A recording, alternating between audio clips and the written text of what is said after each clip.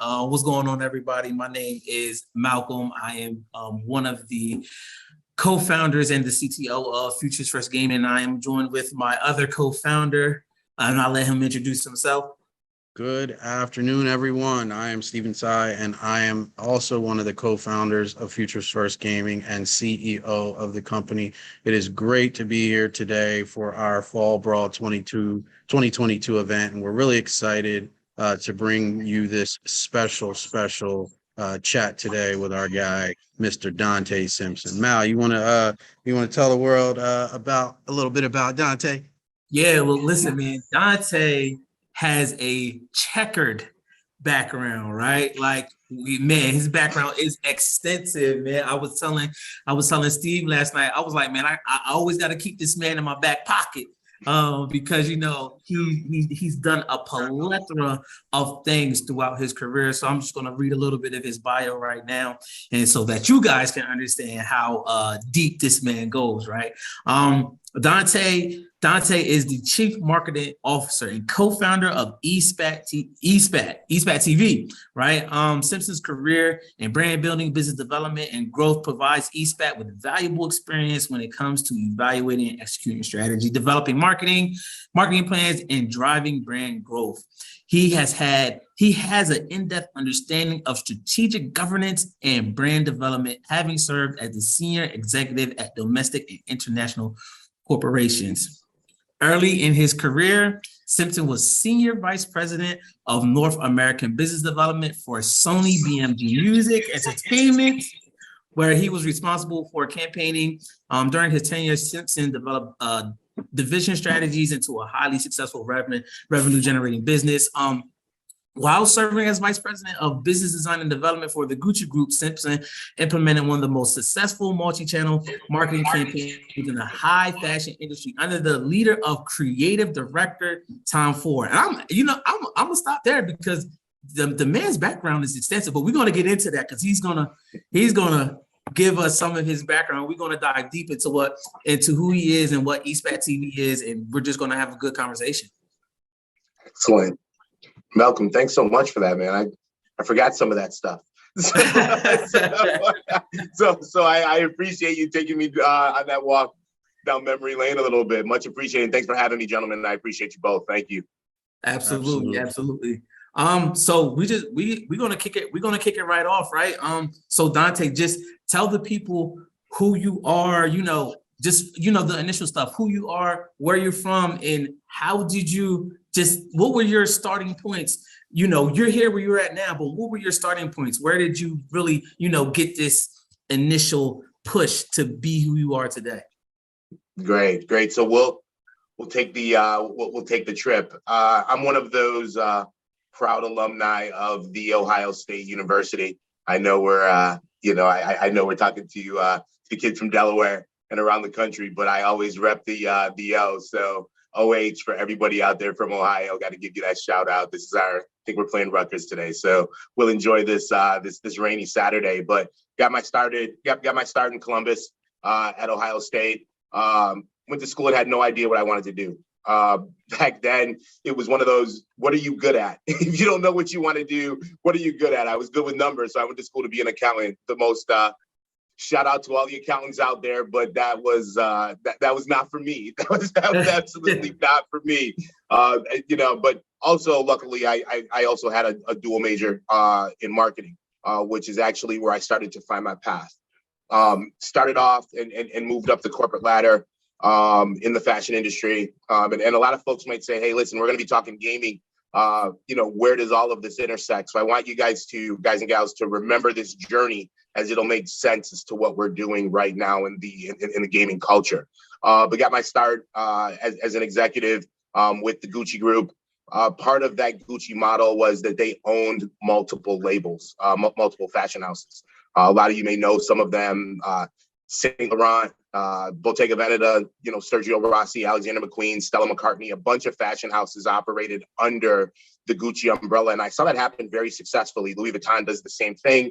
Gucci does the same. So my responsibility there, and this will be something that resonates through this conversation, was I was a builder. So what was it like to build a brand? And I found out that was actually my talent. was being that builder. Was able to do that living out of Italy, doing it with the Gucci Group. Came back home. Home for me is Atlanta. So big shout out to everybody in the A that's tuning in. I went back home and went to Arista Records. Joined down there and was an SVP there until Sony and BMG merged. That's what brought me up to the lovely New York market. And I was working with Sony BMG thereafter. So a lot of that journey has actually culminated within the gaming space. I stepped into gaming for the very first time years ago. If there's any professional gamers out there, these names may ring a bell. Started a company with Hector Rodriguez, Optic Hex, and Michael Ruffier, who's the founder of Team Envious at the time, Hastro. So we actually started a business long ago, and we were firm believers that brands and outside money was going to be the future of driving esports. A lot of people thought that we were crazy back then. Obviously, you see what's happening right now, and that stuff has come to fruition. Back in those days, it wasn't a thing. But part of understanding and having vision is being able to see those tidal waves before they happen. And we see brands littered all throughout the gaming and esports space these days. But we were early adopters to that model, and did tremendous things with what was called Eon Interactive. So any of Team Eon that's still out there, it's EON, Team Eon. We were the very first organization to ever have a patch on a jersey. So now you see them now, and you see, guys wearing the skins and they got patches on them. Team Eon was the very first patch to ever be on a jersey. And that was our crew. So, we look now and we say, yeah, we remember where it all started. But I'll get more into what eSpat is, but that's a little bit of the journey. And again, building and building and building for others to ultimately learn how to build for myself has been the path and has been the journey. So let me follow up a little bit, because fashion is an interesting dynamic, especially in the esports world, right? You referenced it a little bit earlier, like, why are we talking about fashion? And you're going to bring it home, obviously, when we talk about all your different, hats that you wear. But, I think recently we saw, who was it, Mal? Was it Tiffany, right? Or Balenciaga did a collab with, I think, what was it, Xbox and. No. You talking, so Louis Vuitton did a Louis Vuitton. Sorry. Yep, yeah, my bad. League of Legends. League of Legends, and I know Tiffany's was even involved in some of the trophy design for major esports competition. Tell us a little bit about how you see or have seen or been involved in the crossover of fashion and esports. You've got Team Liquid, you got other brands that are coming out with like collabs in Fortnite and Fortnite wear. You've got your different clans that actually are doing fashion wear as part of their houses. But like, what are some of the evolution that you've seen fashion permeate into esports, and what are some of the most memorable projects that you've seen? Yeah, so I think that there's two teams that do it. I mean, there's many teams that do it great. There's two that I always reference, which is FaZe and 100 Thieves. Their lifestyle, part of that is their merch. And not necessarily only the merch that they have, but how they go about their drops. I'm starting to see other streetwear brands and other brands in general, even high fashion houses, observing how these teams and organizations are doing their merch drops, how they're limit timing it, and how they're attracting their audience. And it's very interesting to observe outside streetwear brands taking their lead from how gaming lifestyle teams are operating. So I think that whether it's what gamers wear versus what people thought gamers wore 20 years ago, you know what I mean? It's like, listen, we got the ones, but we got the exclusive ones that no one else has, but we're gamers. You understand what I'm saying? That's where the sneakerhead overlaps with the gamer, the sneaker culture overlaps with the gamer. I think that we're seeing a lot of that now taking place because we've got the coveted demo. Everybody wants the age group that we have and to be able to attract and appeal to them in true and valued ways. And what's also happening is that wealth is being distributed younger. So all of a sudden you've got streamers who are finding success And these fashion houses you can see are now targeting a much younger demo. I came from an era that they would only target our parents. You know what I mean? They would never target us. We didn't have the money to spend on, that stuff. Now we do. So they're absolutely coming into this space. We were very fortunate to have won a Grand Clio this year on our work in the metaverse with Balenciaga. That's major. That's major. It was a huge catch. It was a huge catch. Thank you so much. And it's, a lot of what we do when we say eSpat TV, a lot of what we do is not only gamer content, but it's also general content from gamer perspective. So we have gamers at the table, whether it's producers, whether it's directors, whether it's, streamers. They sit at the table with us with some of these major brands and come up with campaign. So as Malcolm mentioned, our company started as eSpat, which was a licensed image company. I'm co-founder and CMO of that. I actually transitioned now to CEO of eSpat TV. So still co-founder of the overarching company with my focus being on content, because that to me is the future of this gaming space. When you start to say what verticals overlap, whether it's tech, whether it's fashion, whether it's whatever it may be that overlap, music that overlaps in this space, content is definitely the backbone of it all. And we like to sit in that space. So absolutely. And from a fashion perspective, where I see trends going, and you're absolutely right, Tiffany is doing doing the World's Trophy. Obviously, LVMH has partnered in the space, Louis Vuitton. We've seen Gucci come in as well, and they're partnered in the space. So we've seen major fashion houses as well as, general collabs come into the space. I believe that we're going to start to see more of that. And it's going to start to take a significant role. So, that's clearly a part of the future, but where does the ecosystem surround the merch environment or any environment where you can monetize? Is it in the metaverse? Is it within the games with skins? I was talking to a friend and he was telling me that his boy dresses very average, but in 2K, he's as smooth as dude. Like it's just, everything that he has. So it's almost like your avatar is actually dressing better than some of us in real life. So it's interesting to see what that's looking like and the advent of that moving forward. Yeah. You mentioned, go ahead, Mark.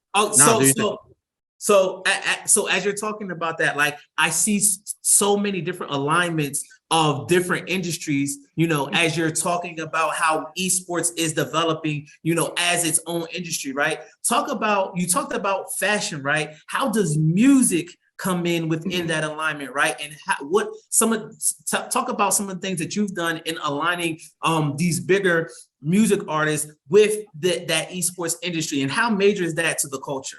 Yeah, absolutely. And it's interesting when you say that, how major is it to the culture, because I think it speaks to multiple cultures, and we look to bridging opportunity. And sometimes we've got to speak to folks in areas that they're comfortable and bring them into new spaces. Music is that. Music is obviously the leading art form on the planet right now. And and when you start to identify, how you can bring those who are passionate about music into gaming that may not be here, or that may just be able to have an unbelievable experience like they never have before.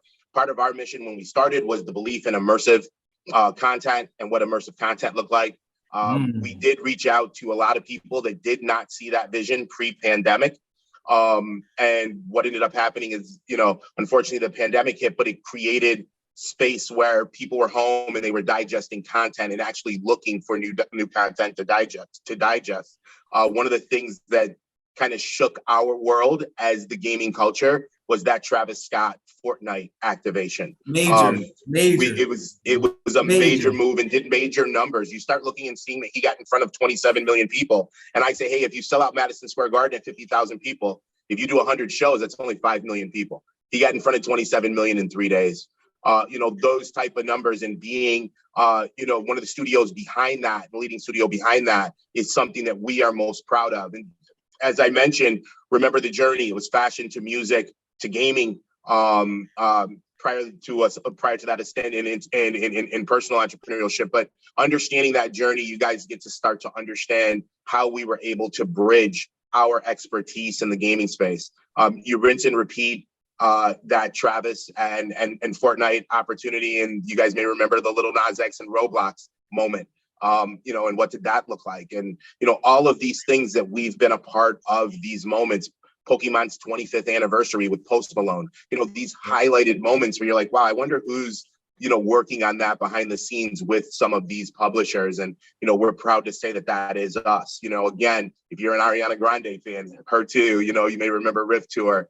And most recently, Posty. So any of you Post Malone fans, that they got to see him in VR and Horizons with Meta, and you're wondering, hey, who was the team behind some of those moments that were producing those? That's where we sit in the culture. And I always use the word culture when I say it, not just to mean gaming culture, but that helix where you're able to cross-pollinate, and that space of culture where all things meet, that's gaming. All things meet in gaming. And game is it's the great equalizer. The great equalizer, right? It doesn't matter where you are on the planet. Mm-hmm. You know what I mean? If you play 2K and I play 2K, I can play you and I don't even know what you're saying. But I can still play you. And like you said, there's certain languages that are universal, and gaming is clearly one of them. And we meet in that space. So we meet where fashion meets music, meets gaming, and who are the people behind the lens to kind of bring some of that to life. As well as some of your memorable trailers and moments around titles that you guys know and love. Exactly. Like we were chatting last night with Dante a little bit, and one of the things that surprised me was he also mentioned sort of the connection to Hollywood, right? So talk a little bit about how sort of the talent and the thespianism also goes into these projects, right? From, you just mentioned trailers, right?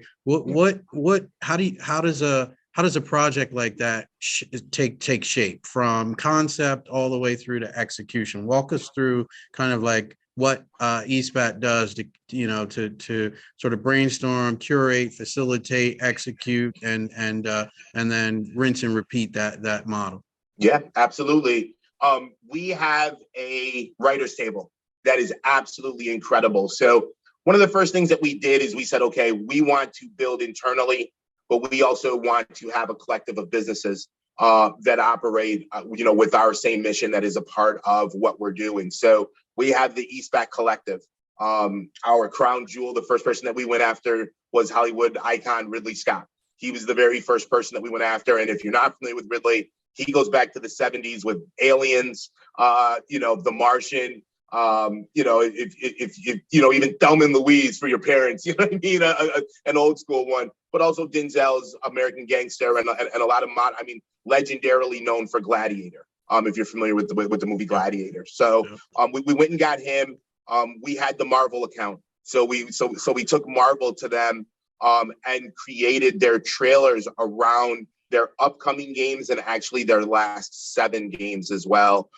So signature games. We build that, the storytell, the concept, the graphic, as well as any CGI that we may need or any production value that we add to it. But one of the things that makes us a little different is that we bring in gamers. So the content creators that reach out to us and say, hey, listen, I'm passionate about this title, Halo, CSGO. Like I'm passionate about these titles.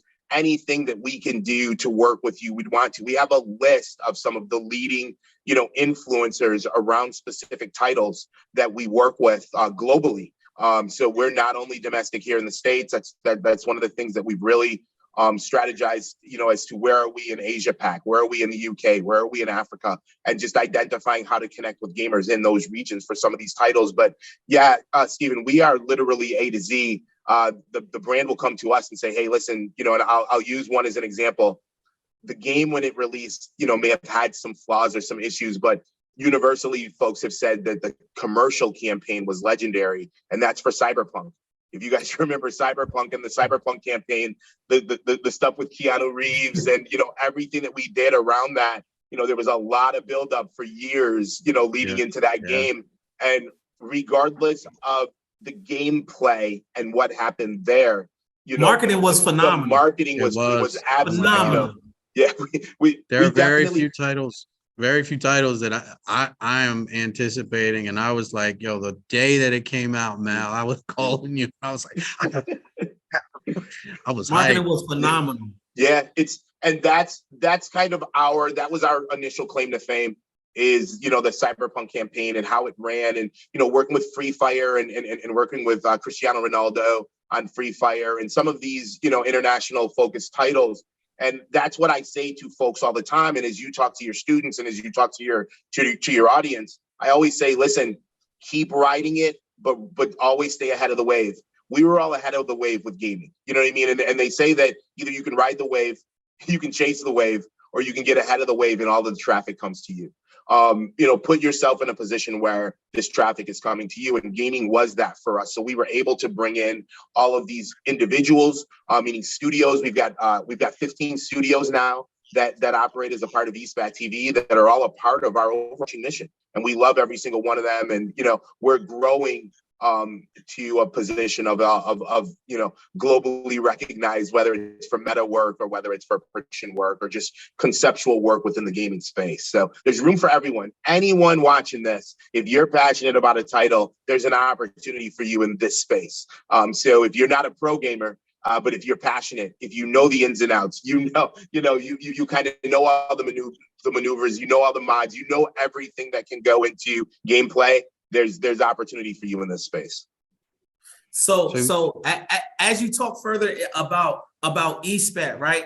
What I want to switch it a little bit, right? Because we're really focused on Black and brown gamers and really, you know, pushing them forward in this space, right? Now there's like layers to content, right? As you're talking about eSpat TV, you're talking about a premium level content, right? As a Black and brown gamer, what is kind of my trajectory to get to that point where I'm like, hey, I'm here.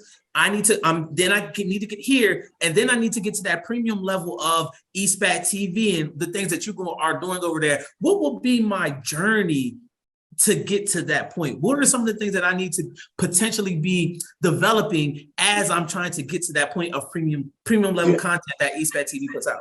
Knowledge is the key, right? And the absorption of information along the way. So we're on Twitch. If you're on Twitch, you're not only sharing information, you're absorbing information daily, and you're understanding the difference amongst continent. You know what I mean? Who loves this versus who loves that? You know, between the U.S. and London. You know what I mean? And you know Japan. Where does everybody's passions lie? As well as kind of getting connected in multiple sources. So, you know, are we on Discord and are we having conversation there? Are we on Twitch and are we having conversation there? Once understanding that, it's understanding production value, right? So that's a big part of a streamer's journey, right? A streamer's journey is to understanding, you know, content and what content works, what content resonates, but more importantly, in the way that we utilize the talent that comes our way is creating authenticity around what's being stated. There's one thing that we all know, regardless of what culture you come from, we know if you know what you're talking about or if you're BSing us. And that's just a fact. So understanding, you know, understanding your game, you know, what title is the title that you're passionate about, and you go way back with that title. You know what I mean? So do you go way back with Halo? Do you go way back with Call of Duty? Like, do you go way back with these titles such that you know where it started, you know where it is, and you know what authenticity looks like in 2022 and beyond? So those are the things that you don't necessarily have to have production capability, meaning holding the camera, but you do need to understand how to tell the person that's holding the camera what to do and what's authentic. It's interesting. If you guys are football fans, you're starting to see now that one of the things that the NFL does that I always laugh at is that they'll look at Madden and they'll look at camera angles on Madden and they'll try to replicate those camera angles in a real NFL game because they know that that's how kids are watching it through Madden. So they're taking that data and applying that data to how they're actually producing their live games on Sunday or Monday Night Football. Do you have that ability around the title that you're most passionate about? If you're not holding the lens, you can influence the individual holding the lens such that then all of a sudden you become a co-producer on a project. And you never held the camera for a day, but you're co-producing because you're actually telling him camera lens perspectives and what drives an interest of a gamer. There's so many opportunities. When you think of when you watch your favorite movie and all of those names that scroll at the end, there's an opportunity for you in there to be a part of these legendary title moments. And I often predict that that's where this is going in the future. We're watching the moves that the streaming platforms are making. I'm expecting Twitch to make one here very soon, obviously with original content. We're starting to see that. You're going to start to see that this is the move. I talk to FaZe all the time. I love those guys and gals over there. And, you take a look at what they're doing with their show assets. You know what I mean? And how they just did a Big Brother type of show here a couple months ago. And it's like, you start watching what's happening and you can see that this premium content is going to be a part of the culture moving forward. 100%. I actually see, I've actually had conversations with a lot of cinemas where they're actually in position where they want to start really licensing that premium content for their cinemas now. So this is actually going to another level that I don't even think. Oh, we might have lost Malcolm for a sec. But I'm going to expound upon what he said. We actually did a partnership with Screen Vision. So we actually did a partnership with Screen Vision. One day I was sitting and I was talking and I said, why is it that I can go watch and Malcolm, I'm kind of filling in the gap of what you were saying. I was just telling your audience that we do have a partnership with Screen Vision. One day I was sitting around and Screen Vision, just for everybody who doesn't know, is one of the nation's largest owners of cinemas. Across multiple cinemas, Cinemark, AMC, a bunch of different movie theaters nationally they own, and they're a part of a global conglomerate as well. But I was sitting down and I was looking and I was like, wait, Spider-Man the movie was the largest grossing movie after the pandemic, and I was like, why exactly are they not in the trailers advertising Spider-Man the video game?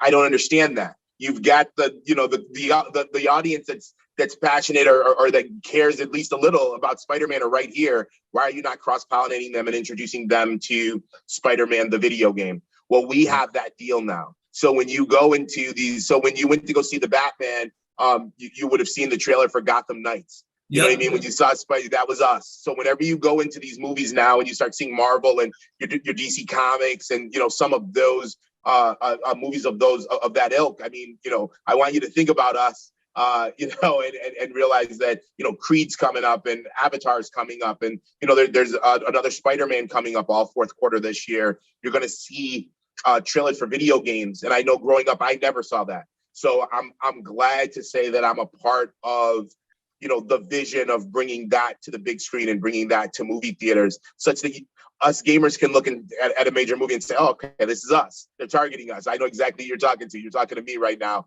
and at least get a bit of a smile about that.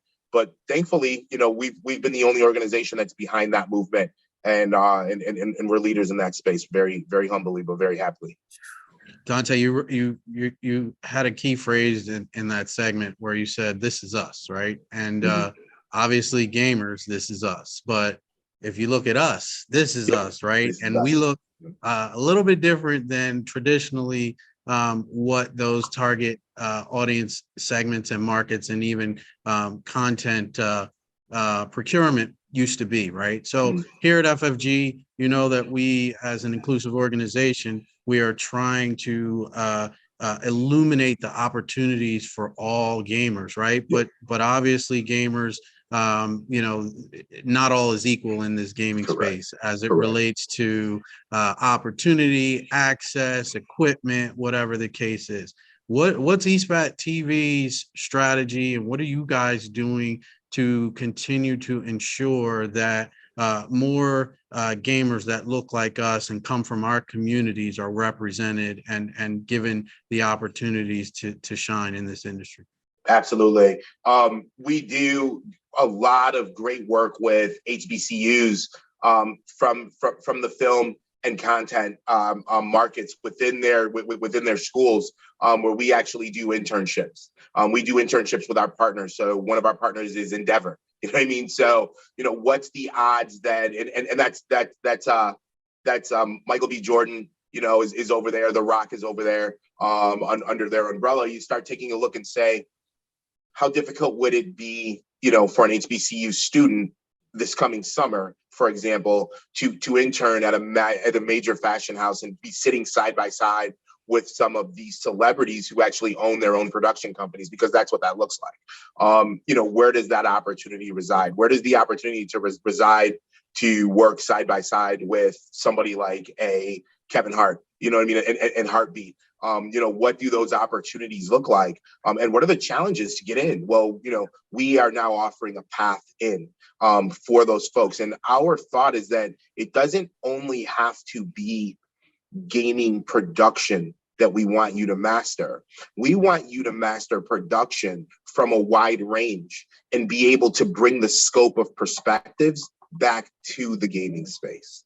So that's our hope, is that we want you to work with these individuals that may not be shooting gaming content, such that you can understand, okay, these are amazing show ideas. Here's how show ideas work. Let me take show ideas back and let's do this within the gaming space. And let me look to see potentially if I can become a showrunner. You know, we've seen what happens when you do individual shows and the door that it can open. I always look at somebody like Shonda Rhimes, or Courtney, the creator of Power with 50 Cent. But you know, you take a look at these folks. Shonda went and got, you know, a multiple $100 million deal with Netflix, that she can now create her own content for her own folks. And if you take a look at what she's done, it's like, okay, I see exactly what she's doing. Same with Courtney. Courtney went and got, you know, a huge deal with Lionsgate. You know, when are some of these major studios going to start to get behind us as a gaming culture first? Us as the culture, as African American, brown, and Black people. When are they going to start to support us from the gaming community? I believe that that's coming. And we're you know, we on a daily basis look to position ourselves such that when those moves are made, we're right there. And you know, simultaneously. I was just to say, like, why do you feel so strongly in that conviction? Why do you believe that it's coming? Like, what are you seeing that's really, really, driving you to say this is inevitable, that we're going to be more included? Because I was old enough to remember when there was 3 major channels and then 50 something major channels, and now there's streaming everywhere. And people are in need of content. You take a look at Netflix. Netflix lost all of Disney because Disney started Disney Plus, right? That was an entire audience that they lost. They lost Disney, Pixar, blah, blah, all off of Netflix immediately. And then what was the next thing that you heard? They were making a commitment to gaming. You know what I mean? That was the thing, because they understood that this age group, this audience overlaps with that Disney market. We can't lose that age group. So we've got to make a move. You start taking a look at other folks that are making moves for gaming content and what they're paying for it. I always say that if you follow the money, you'll follow where people are interested. For those that don't know, I mean, listen, you can pull out your phone right now as we're talking, and you can Google, you know, what was the budget for Halo the series? You know what I mean? You take a look at what the budget was for Halo the series, and you'd be shocked. You may think, oh, maybe they got 10 million, maybe they got 20 million, until you see they got upwards of 90 million. And it was a major studio budget that was behind that film. And after the first episode, there was the renewal for season 2. You know what I mean? So understanding that and understanding the business of where this is going. And a lot of people didn't understand that Halo the series was not actually targeting the hardcore gamer. They were actually targeting the casual gamer that loves storytell. And I say to this day, I've never read a Black Panther comic book. I honestly haven't, but I love the film. You know what I mean? And I'm waiting for Wakanda. You know what I mean? So it's like, but I've never read the comic. So it's, you know, where's the person that may not know the game, but they love the storyline and they love the show asset, even though they've never played the game. There's a huge audience of that out there. I dare to say that a lot of people didn't, you know, religiously read Black Panther, but we obviously showed up at the box office. You know what I mean? So understanding that different people digest content differently. That's why I'm a firm believer that understanding that gaming is important. There's multiple ways to get in. And once you start to have multiple sources of how you can get into something, you start to broaden the interest in that thing. That's content. And that's the future of where content is with gaming. And, you know, I find it amazing to be able to see it. You know, I always use LeBron as the example. I use him every single time. LeBron brought his boys with him. And people are seeing Rich Paul and they're seeing Maverick Carter, and they're understanding that there's a way that I can still be cool and play in this game without ever picking up the basketball. You know what I'm saying? But I can still find and amass success. That's going to happen in gaming. And when that happens, it's going to be a beautiful thing. And I hope that all 3 of us are not just witnessing it, but being a part of it. Absolutely. That was beautiful. Wasn't it? That was beautiful. Dante for president. that flex job right there, dog. Yo, you Flex talk job right Dante, there. man. Look, one of the things you talked about a little earlier before your beautiful visionary statement is a passion of mine, right? And that is the metaverse and virtual reality, right? A lot of people have no clue what this is, right? Obviously, we try to educate folks around microtransactions and immersive experiences and sort of the cross between IRL and online experiences. And can you do us a favor for all of our viewers and just kind of give them a snapshot of truly how to define what this metaverse concept is and why it's becoming so critical, not only to gaming, but to actual life experience. And then, the content that comes out of that, how is that going to be literally change the game in the immediate future and foreseeable future? Okay. It's an interesting question. I always say I'm the worst person to ask this question because I'm going to give you the the fastest response you ever heard. The metaverse. I've heard a lot of long diatribe, long explanation of what this is, and I say that's all great. A wise man once said, if you can't explain it in a sentence or two, you don't really understand it. So I'm just going to tell you, if you don't know what the metaverse is, it's simply gaming for brands. You figure out whatever the brand is, whatever the industry is, it's gaming.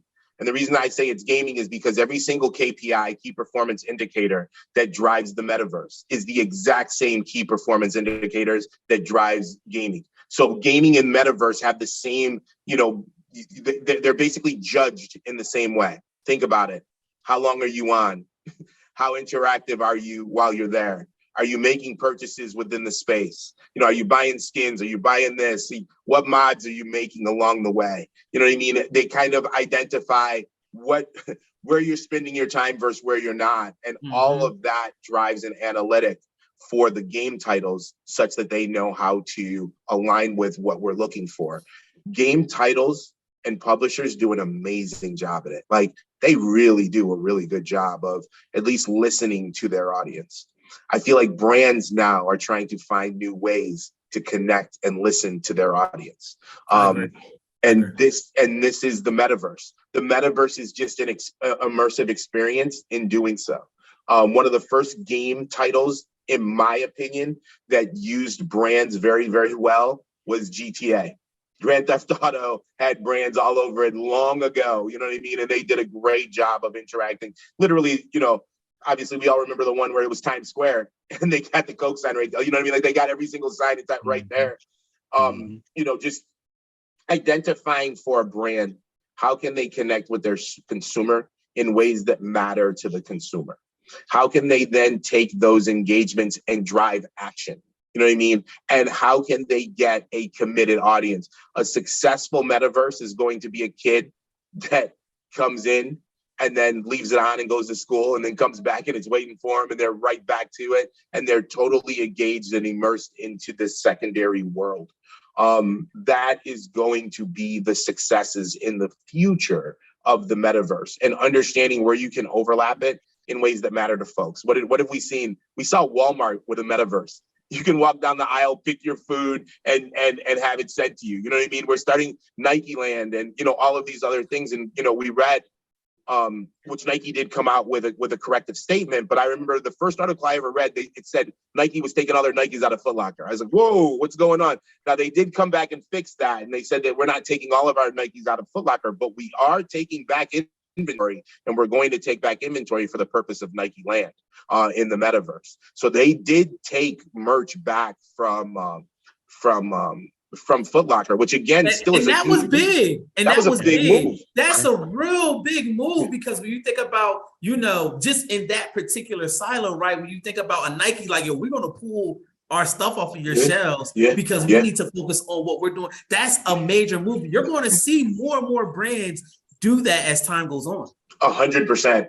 It's going to be a new way to connect. What's happened is that they're just waiting for the conversion of people, right? So that's the reason that Fortnite has such a great metaverse, even though it's not a metaverse, right? But it's a game world to us. But the reason that they have it is because they've got an audience. So people are waiting for Decentraland, this audience, and for Sandlot to get this audience, and for some of these worlds and experiences to get audiences, because that's where brands are coming and saying, am I just driving my audience there, and how do they use it?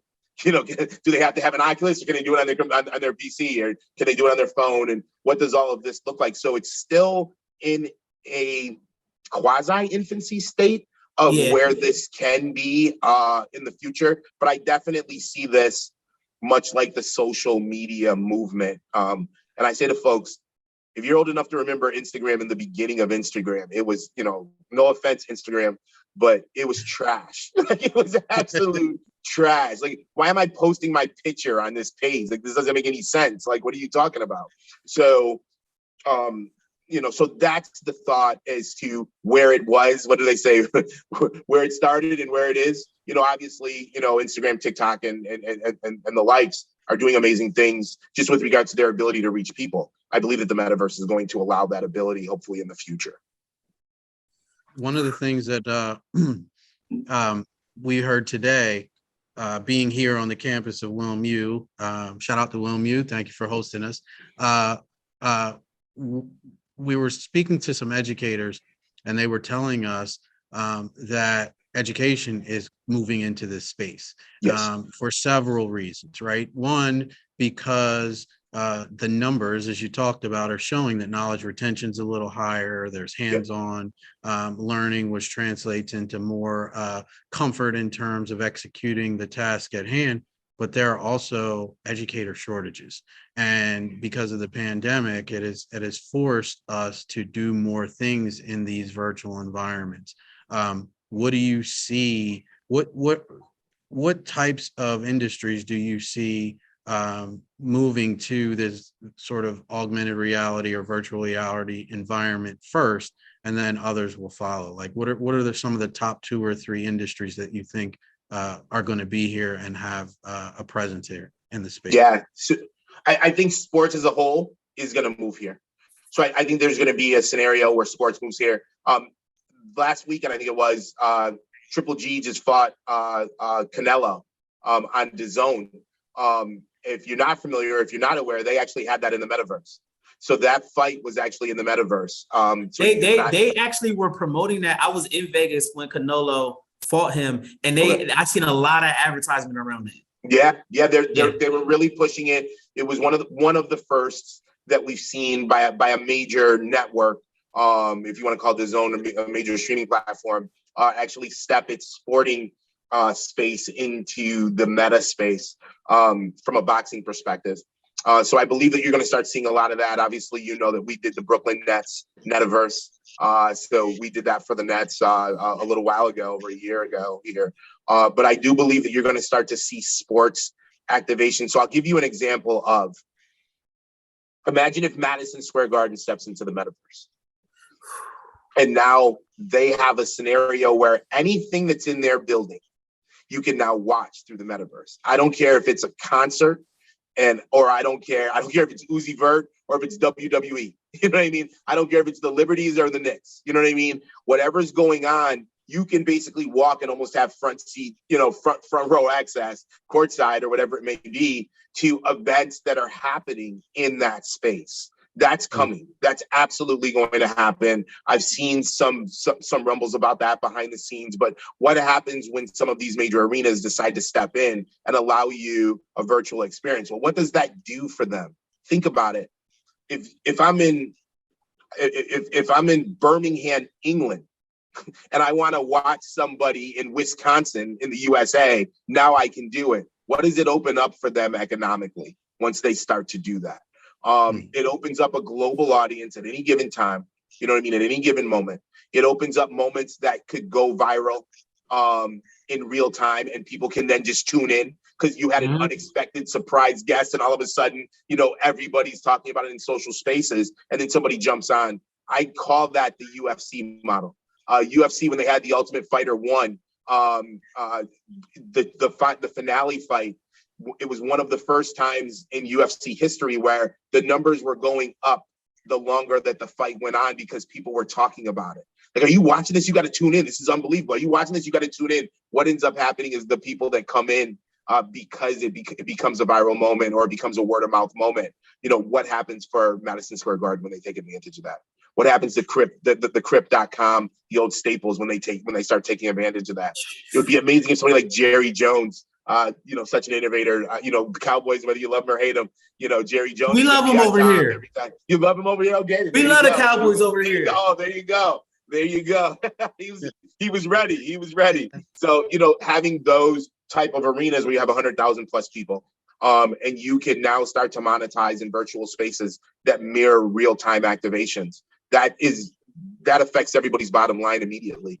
And what happens in those moments? That's where things become very fun when you're able to kind of play it. And Mark Zuckerberg said it best. So for all the gamers that are tuning in, you're like, meta, I don't know. Mark Zuckerberg said it best. He said the gamers in VentureBeat, he said gamers are going to be the leaders of the metaverse movement because he understands that it's simply gaming.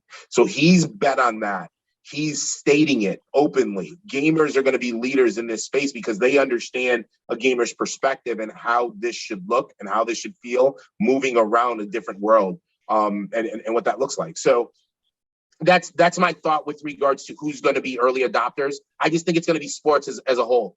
And what do some of these moments where it's sports as a whole starts taking advantage of NBA All-Star and NFL Super Bowl halftime shows? Like what starts to happen when you start to incorporate things? And we've seen the tease 2 years ago when the Super Bowl was in Tampa Bay.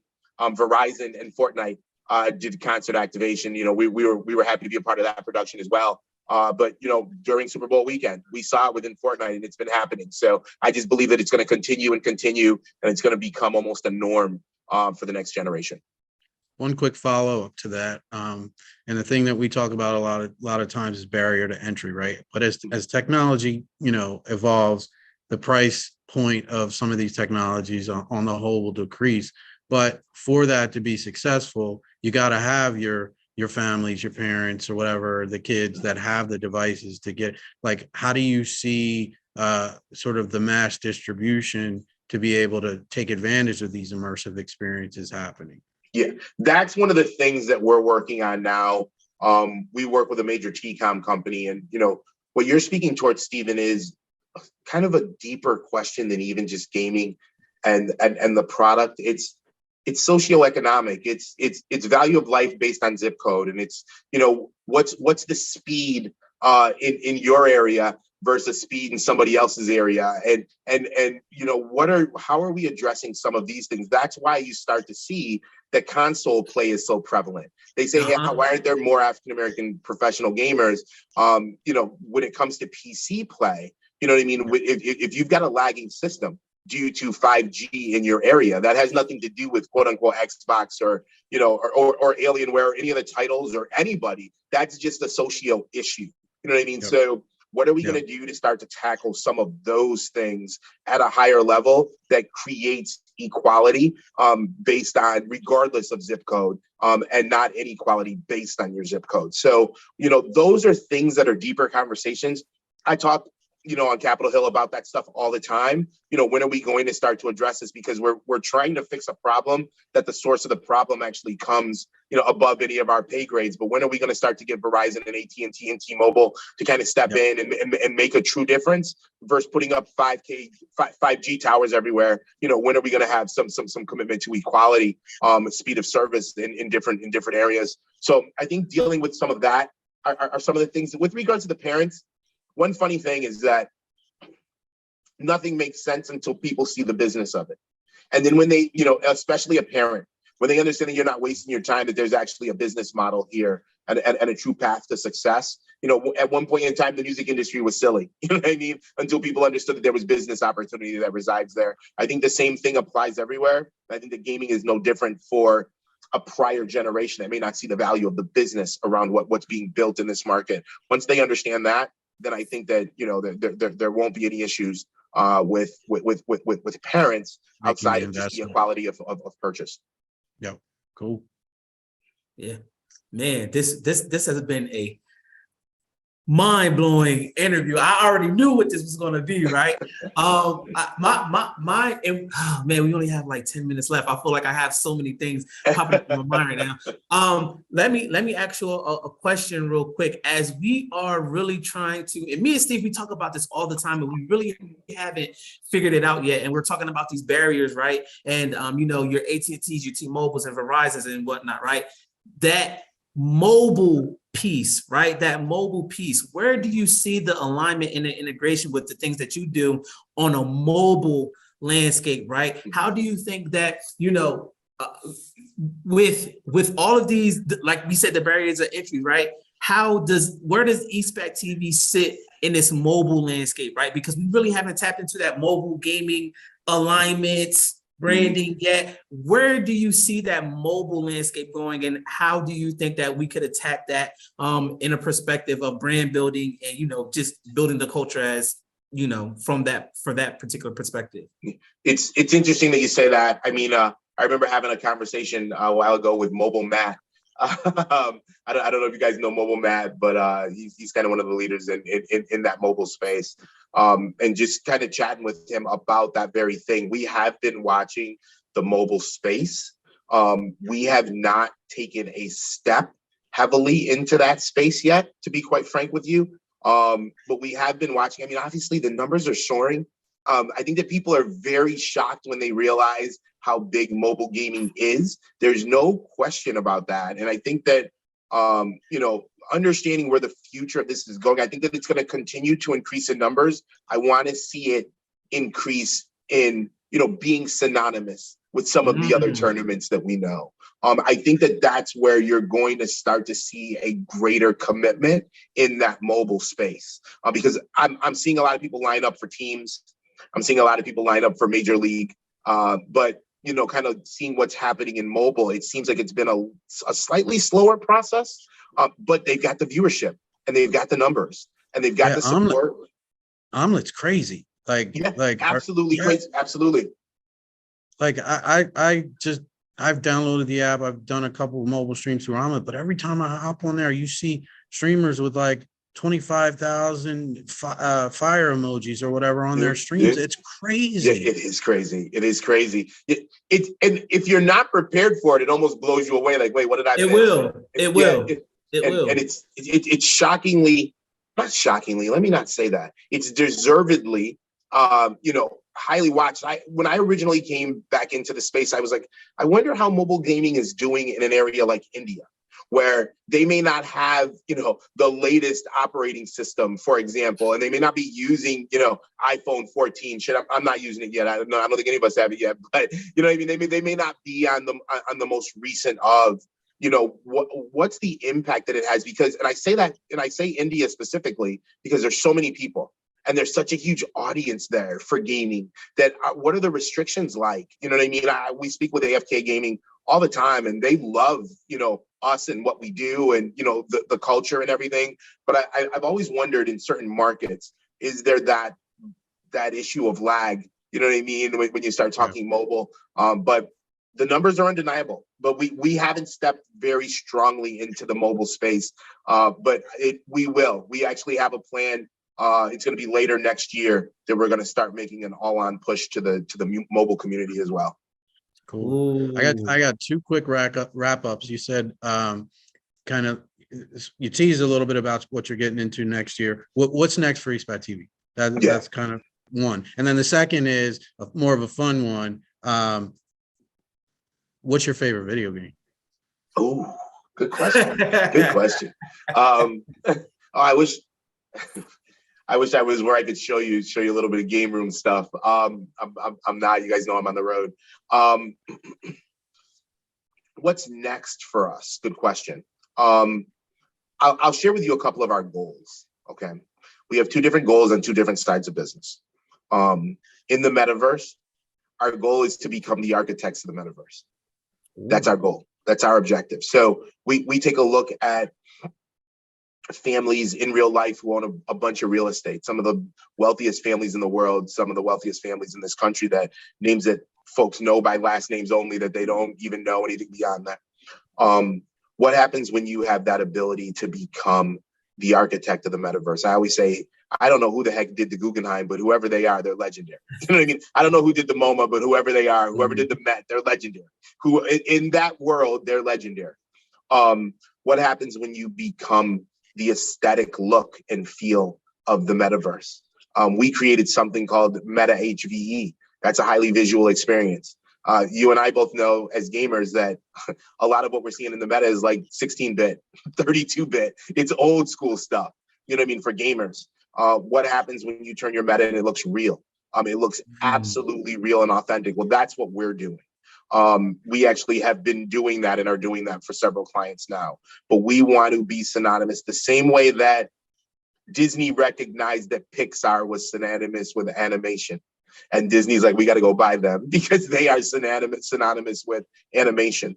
We want to be synonymous with that in the metaverse. Okay, these are the some of the world's best designers aesthetically in the metaverse. That's what we're looking to do on that side, meaning that side of TV, the digital experiences. With regards to production, we really, I use this and I say this quite a bit, and I'll say it to you guys right now. Stan Lee.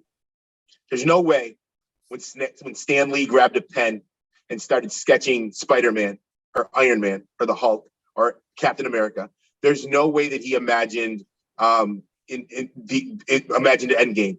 You know what I mean? Like, there's no way that he could have in his mind imagined Endgame. But they say because he walked, we can run. You know, why can't we imagine a $1 billion title with $1 billion metaverse or a multiverse of content that sits next to it that becomes the Avengers? But we do that around Battlefield. You know what I mean? Or we do that around, so I can name a bunch of game titles that just make sense to do. Battlefield is a perfect one. Why? Because you can go back in the day, much like Captain America, or you can go 50 years in the future, and you can do all of the in between. And now look what that story looks like, the same way that Marvel looks on the big screen.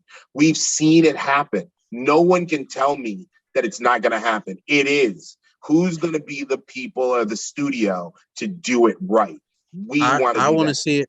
You mentioned one of my favorite games earlier. I want to see it done in Madden, where I go through Pee-wees to high school to college to the league to get a front office position to own a daggone team.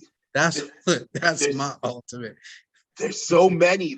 I mean, I think we could just list off games that it just, you know, it just makes sense.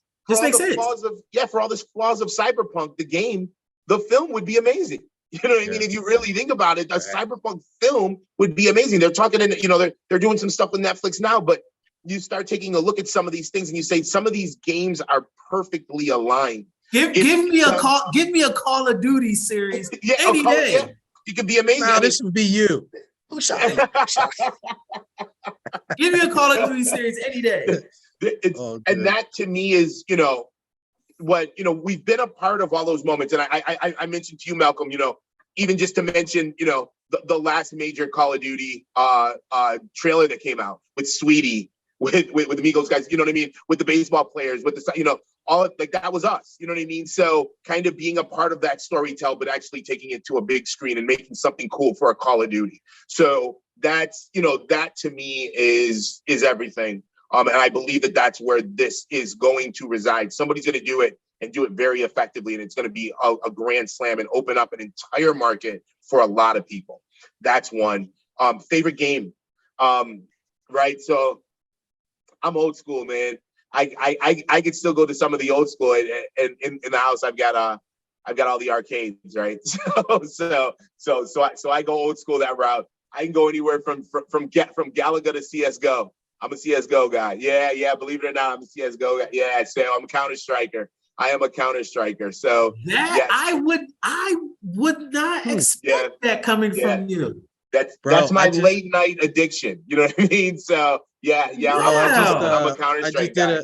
I just did an event in San Diego and we had a old school arcade with 3,500 games on it, and everybody was playing Galaga, bro. It was so dope. Yep. You can't go wrong. An oldie but goodie. but yeah, Yes, sir. that's where my passions are. And I'm, you know, I can go arcade and go old school, but yeah, you put me up with CS:GO and you put me up. Yeah, I'm a problem for most people. So yeah. And Yo, I don't usually, Yo, yeah, tap not in, get in I our don't talk Discord. spicy like that. Yo. I don't talk spicy, but yeah. Yo, you better get in our Discord, man. Make sure Let's you do tap it. in the Discord Let's and do we'll it. rock out. Let's Dante, do it. man, thank you so much, man, for joining us today for Fall Brawl. We got so much more to come, and we definitely gonna tap in with you and make sure you're a part of it as well, man. We appreciate you. thank you so Appreciate you much. more than you know, man. Thank you both. Thanks to your audience. Thanks for the time. I really appreciate everybody. Thank you both so much. Thanks, Steven. Thanks, Mel. I appreciate you guys. All right, man. Take care, bro. All right. Talk to you soon. All right. Have a good one.